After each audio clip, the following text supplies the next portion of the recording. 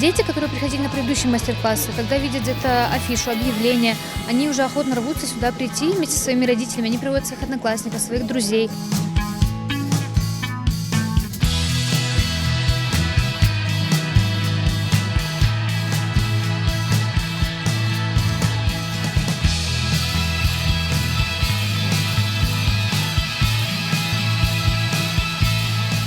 Когда семья приходит, родители с детьми и участвуют в одном деле, это, конечно, очень позитивно.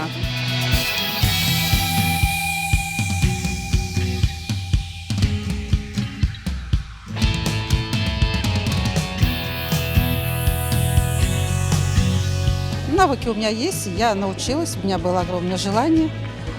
А теперь буду шить для своих племянниц, там, внучатых.